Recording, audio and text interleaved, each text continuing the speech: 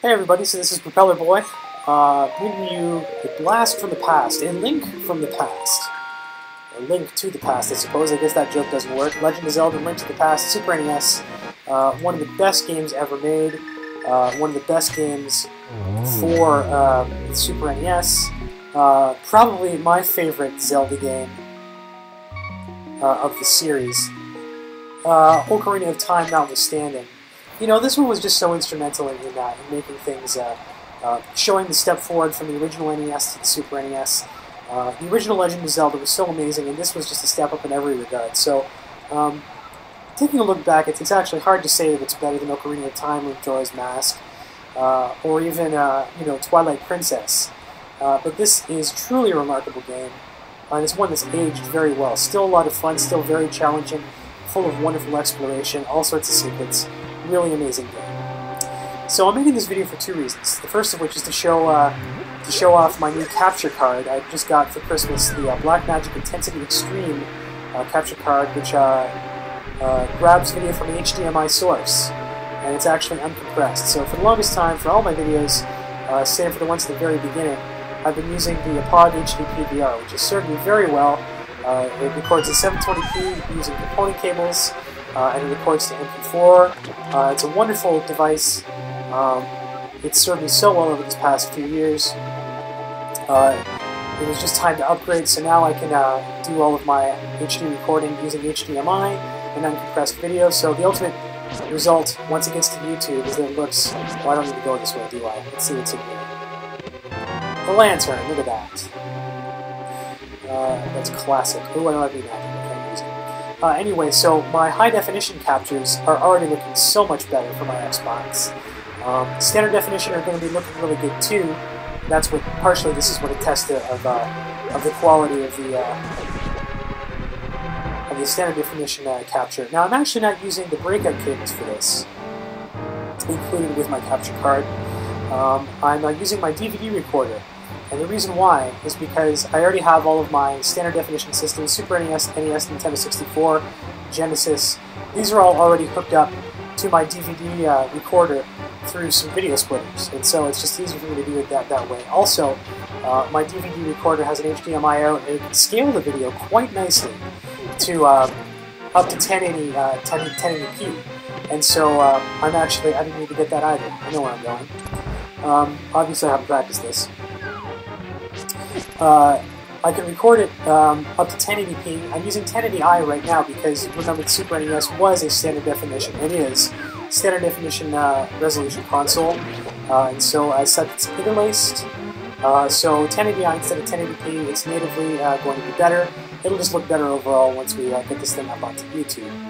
Now, because my DVD, as an interesting aside, don't mean to geek out about video capture and all that sort of stuff, but my DVD recorder has the same problem the PS3 does with the HDMI out, in the sense that it is copy protected. There's a copy protection called HDCP that the PlayStation employs, as well as my DVD recorder. And so the way to get around that is to... what I've done is I have a cord that basically converts HDMI to DVI, and I have a little box that converts from DVI back to HDMI. So HDMI to DVI to HDMI. And the point of that is, in the process of doing that, what ends up happening is it strips the HDCP, so the copy protection is gone. So it means that I can record from my DVD player, I can record from my Blu-ray player, I can record from my PS3, which is very exciting. So I'm going to have some nice high-definition PS3 captures for you soon. That's how that works. Oops. I keep forgetting that it's actually not Y to attack, it's B to attack. Anyway, there we go. Look, already got Zelda. Very strange. I understand. Of course I understand. Now, I said there's actually two reasons why I'm doing this video. The second of which is to show off a trick that not a whole lot of people know about with this game. You can beat this game top to bottom in, let's say, about 5 minutes or so, in a very short period of time, under 10 minutes, top to bottom. And the way that it works is through heavy programming glitch abuse. Hit detection primarily. what I do is I end up employing a glitch to let me sort of walk through walls, so to speak. And the whole game is basically on one big map, and so I can just walk straight to the Triforce room. So the first thing I do is I jump in the air, save and quit, and so that confuses the game a little bit. I load my file again, and it takes me back to this dude. So when I actually do this, it'll put me through the wall. And so I'm going to wander through the walls here, heavily abusing this. What this does is it eventually takes me to the dark world, actually. The thing I have to be careful about is I gotta get to the top of this.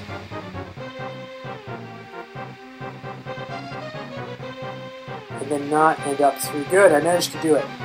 It's very difficult to do while you're not, while you can't see anything. So from this point onward, I'm just literally holding up with my left thumb, walking through the walls, getting taken to the dark world. I think that's Aghanim or a boss. Some glitching going on here. Some crazy stuff. This actually doesn't look normal. I wonder if I have successfully done this. Hard to tell. Oh yeah, I bet I have. Here we go. So now I'm in the dark world. Going. There's the Triforce room. There's Ganon. Bye-bye, sucker. And I have finished the game. So I don't know exactly. I can't tell what my recording counter is right here, but I'm pretty sure that it's under 5 minutes. And so I have completed the game, acquiring only the boomerang and the lantern. Technically, neither of which I needed to do, really. I just needed the sword. And actually, I think I only picked the sword because I need to. You can't get past your dead uncle, or your wounded uncle, shall we say, without picking up that sword.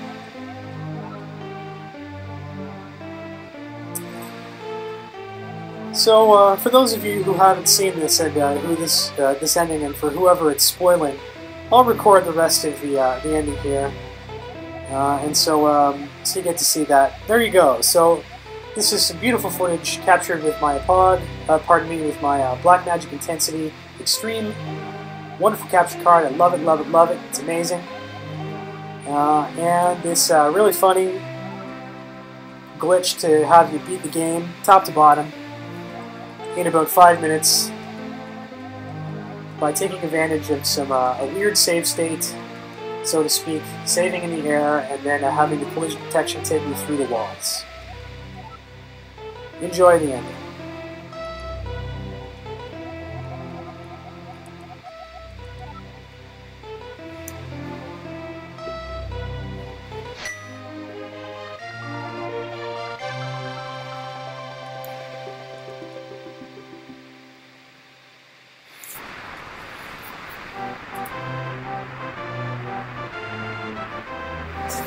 Link's first wish is for the return of the king.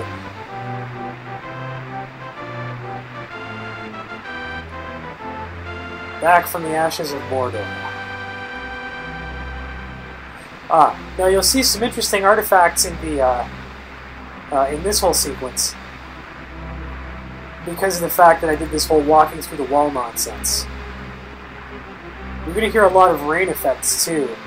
Because, quite rightly so, the game still believes that it's in the rain mode from the very beginning. So we've got some Matrix rain hanging out through the through the desert here.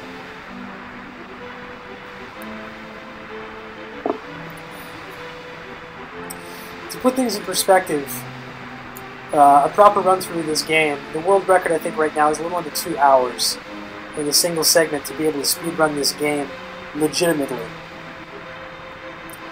The first time through this, you have to go through. You go through this the castle that we were just there for. You take Zelda through a secret passage. I get 3 medallions from various dungeons.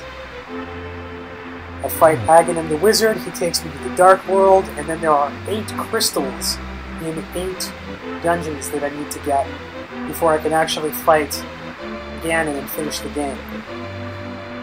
I forget how long it took me the first time I did it. Long time. Look at this rain everywhere, that's hilarious. Make your bows, boys. No bows? That's too bad.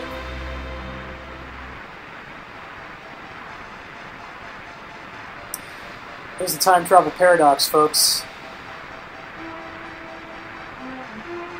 Oh no, wait a minute, no it is, that's his dad. Boy, it's been a long time since I played this. I need to do a run of this game myself. I think that'll be something that I do shortly. Super Metroid with my brother Dick is going to be something that I do first. Maybe it's these guys who do the bows. Or they just keep hammering. There we go, they do the bows. Super Metroid with my brother Dick commentating first.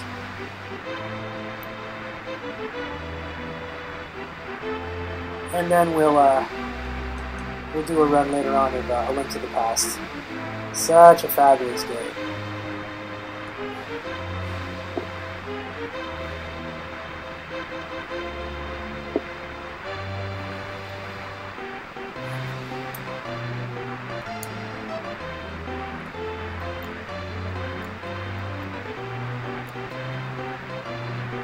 Hey there. Hey there, lost old man. Leaving to me.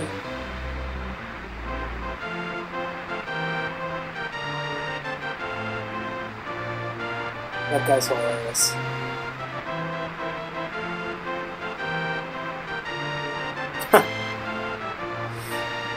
Yeah, the Master Sword sleeps again until the Ocarina of Time. Which would be a solid, let's see, a solid at least 5 years. Ocarina of Time, I think, was 1998. I believe this was 92. I want to say it was 92.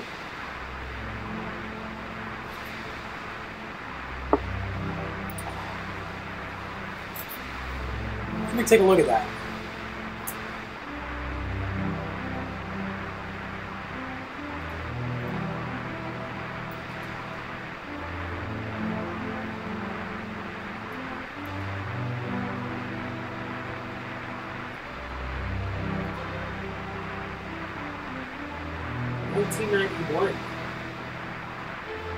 $1991, from the brain of Shigeru Miyamoto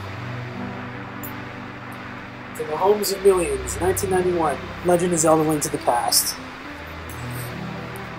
Well, that actually makes it that makes some sense, because let's see, the original Zelda was 85 or 86, so then 91 for this, then 98 for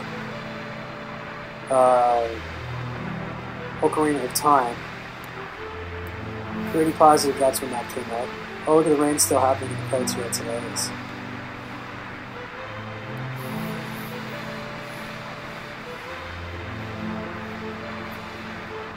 I forget when Twilight Princess was. That would probably be around... That was the beginning of the Wii, so let's see. 2000... Gee, would that be 2004? I am not up on my Zelda trivia. Let's see, so... Here's the official word, Legend of Zelda. 1986. Ocarina of Time. Yeah, 98, I was right.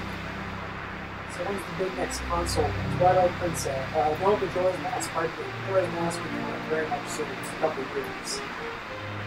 Yep, 2000. It's Twilight Princess. 2006. And then the Skyward Sword. That was 2011. So, notwithstanding the jump between the only little, the 2-year offset or so between Ocarina of Time and Majora's Mask, there's a new major Zelda game on consoles once about every 6 years. It was a hell of a lot less time to wait than they made us wait between Super Metroid and Metroid Prime. Oh.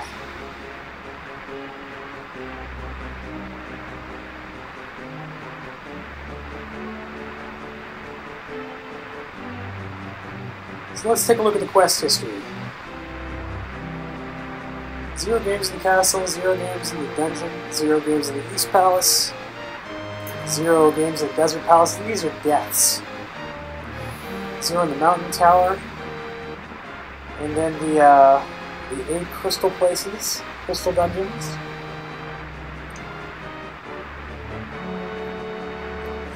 Gee, I wonder if anyone has actually died more than 100 times. Oh, look at that, 001. Well, I didn't die. Maybe there just has to be one.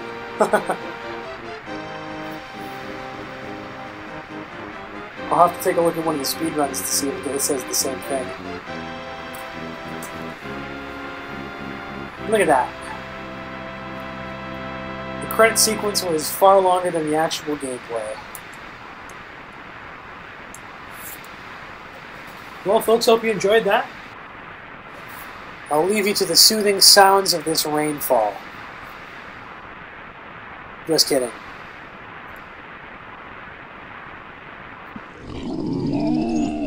Hey boomer buddies, give me a hug.